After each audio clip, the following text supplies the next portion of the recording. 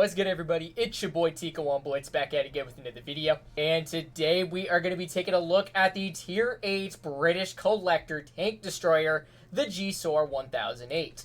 A vehicle that is out in the shop right now for a very good price of $18. You even get some crates, you get some premium time, you get some attachments, 5-time certificates. I mean, you just get a whole lot of stuff associated with this bundle. It is at a very solid price, though, and the GSOR itself is possibly a very deadly vehicle, for the fact that it is an autoloader that carries 2 shells in its magazine, has a magazine reload of 14.49 seconds, and has a 2.5 second intra-clip reload time in between the shells.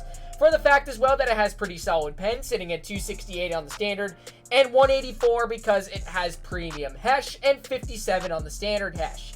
The only thing that kind of bums me out is that both high explosives carry the same alpha at 440. I don't really see how that makes sense, considering that you have much better pen values on your premium than you do on your standard high explosive. It just makes no sense to me. I just wish that if they just up the alpha just by a little bit, maybe towards 500 or so, then it would make this tank considerably really solid in terms of the standard high explosive, to when it mainly relies on hitting the rear and dealing the maximum amount of damage to your enemies.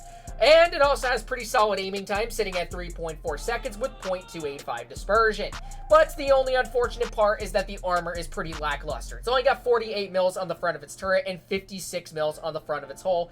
And to put that into a perspective, this is against an ISU 152 with 286 mils of pen. Yeah, you're just not going to get any bounces in this thing, unfortunately enough. It's only 82 to about 75 in most cases. Even the turret, absolutely lackluster, sitting at only 49. The lower plate is about 54, meaning if I were to load in my high explosives, then yeah, this is where it's going to struggle the most when trying to counter something like a high-hitting alpha gun like the ISU 152, for example, because of the fact that it carries 90 mils of HESH, meaning that any forms of the lower plate and some cheeks of the turret are just going to be an absolute chunker. So that is pretty much the main concern to what you got to kind of be careful about in terms of exposing yourself out to a point to where the majority of vehicles can outspot you, especially things like an ISU, to where they have hard-hitting guns, especially with high amounts of penetration values.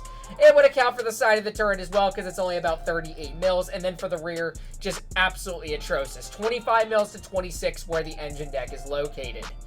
But the good news is that since this is penciled in as a tank destroyer, it's got really good camo values to kind of make up for its mishaps, sitting at 70% while stationary. There's a couple other tier 8s that kind of take advantage of that, like the WZ-121 GFT at 79%, and you got the Death Star as well, just by about 1% more than the GSOR. But still, 70% is still a very good value, meaning if you are hiding behind bushes at a certain point in the far back side of the map to where your ally spawn is, it basically means if you do fire and if a vehicle is spotted within like a certain radius point to where it's not necessarily going to be within their spotting range, then that's kind of the advantage right there of being of something along ATD. I mean, that's kind of the reason why CamoNet as well contributes towards the major buff, contributing towards tank destroyers, especially low-tiered ones while at that. So let's go ahead and get into some gameplay here. Let's see what they got for TDs. They have a Semavente,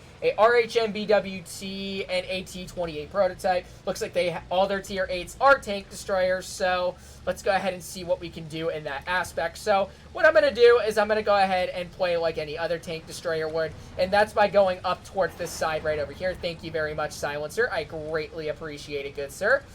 Oh, come on. Okay, we're good. All right. Let's go ahead and move on outwards. We got that Semavente off to the side. Fortunately, not going to be able to get any further taps into him. We also have a T-29 coming on through. It looks like he is going down low. So we're going to go ahead and aim in a standard of 368.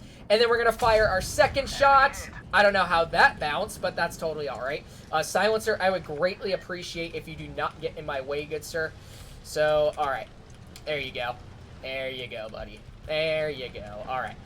All right, so we got the LTG off to the side now. Let's go ahead and see what he's going to do, if he's going to make a dire mispoke onto our AMX right here, which he does fire all his shells. We also got the Type 62 right there. We're able to get one nice tap into the Type. 2 nice taps, but unfortunately the HE does not do anything beneficial in that aspect, and we are not spotted just yet, and that's kind of the contribution towards those deadly camo factors right there. So we also got the LTG off to the side. We're going to fire a standard onto him of 315, and then we're going to go ahead and fire and finish him off in that aspect right there, which is really good. We're still not spotted. I mean, look at this FE. He does not see us. Bro, this is how crazy this tank is. And what a beneficial cause just to make up for the lackluster armor that it features. There's 1 tap into the FV once again, and 2 taps. That's another 800 damage right there, bro. I mean, what more can you ask for? That is literally a FV coming on out towards a certain vicinity and still not being able to spot me. I mean, what the heck, dude? That's just crazy. 70% while stationary is amazing. We got the FV once again. There's 455 out of his vehicle, and we're going to finish him off lickety-split just like that. Beautiful example once again. All right, so what we're going to do is that we're going to mosey our way right around over here. Let's see if this Semivente is spotted. Unfortunately not. So let's go ahead and mosey our way towards the remainder of their tank destroyers. We got that T-28 prototype right there. Okay, let's go ahead and see if this guy is possibly going to move on downward, which it looks like that he is. I do got the slightest glimpse of his turret, which is totally all right, which we maybe probably have a better view of this T-28 prototype. So we're going to go ahead and unfortunately miss the first shell, unfortunately enough, but we're going to go ahead and the shell goes high, of course. Amazing stuff right there. Thank you, Wargaming, for that. But the good news is I'm still not spotted, even though I am out in the open right here. So that's going to give us a chance to maybe get some nice taps into him once again to kind of make up for that. He does angle the turret, unfortunately enough, and there is 2 nice taps, finishing him off in the process. All right. Now all that's left is that enemy RHMBWT, but I think I'm probably not going to have enough time to get in and deal with him for the most part.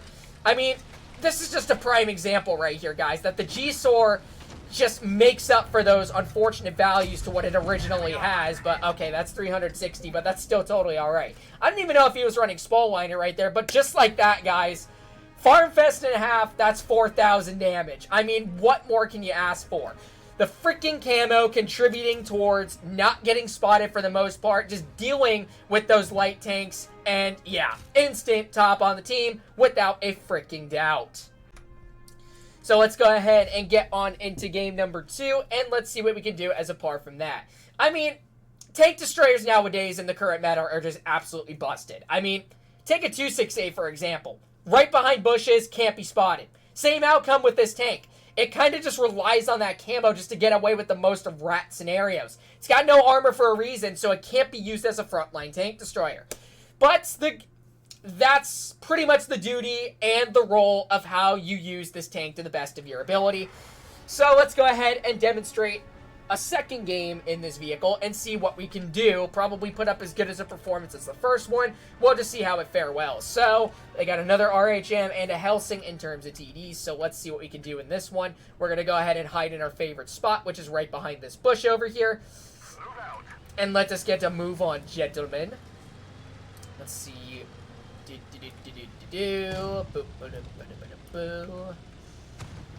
Alright, so we're going to kind of plant ourselves right here, right behind this bush, just in case if anybody's going to poke on out over here. Like this enemy IS-5, we're able to get a nice tap for 373 into his vehicle, just like that. Alright, so we got our second shell ready and waiting. So, alright, looks like we got the Helsing coming on out. Let's go ahead and see what he's going to do. Is he going to come all the way out, which it looks like he might, but we'll just have to wait and see. Up there's the Helsing right there. Not going to fire that shell yet, as I'm not going to risk it, so we're just going to wait once again. Let's go ahead and see if anybody's going to continue pushing on forward. I would really expect that to be the case, so let's go ahead and wait. We got the FV and a couple others. I'm going to move up forward just a little bit so I can get a better dynamic view.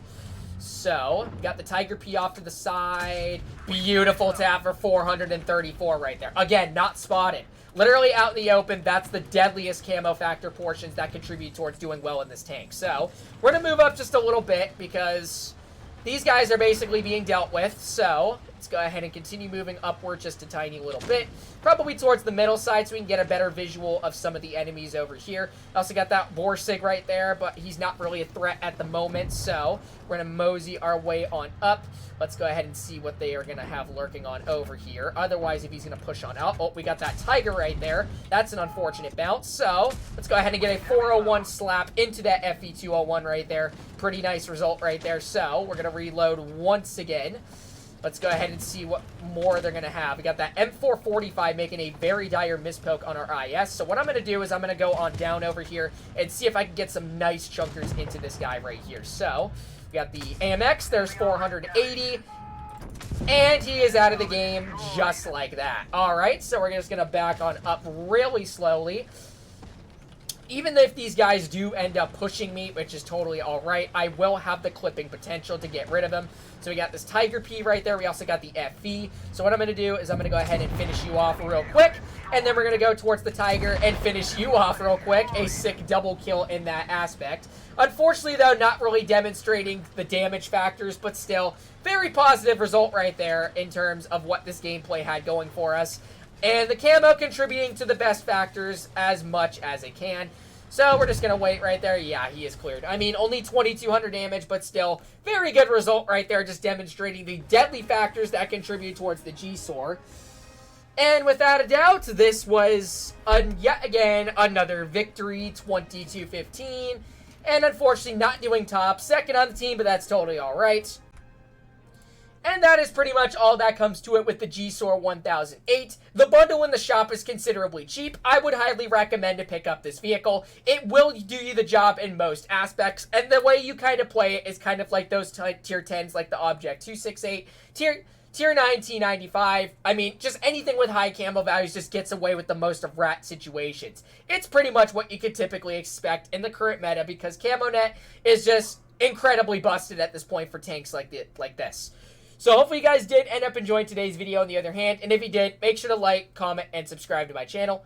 And make sure to turn on those bell notifications while you're at it so you do not miss out on any new videos or streams. And make sure you join the Discord, first link in the description if you have not already, so that way you can get notified whenever I'm about to upload any new videos or I'm about to start a live, so that way you can be one of the first ones to lurk on into the chats, without a doubt. So hopefully to see you guys in the next one. Peace out, y'all.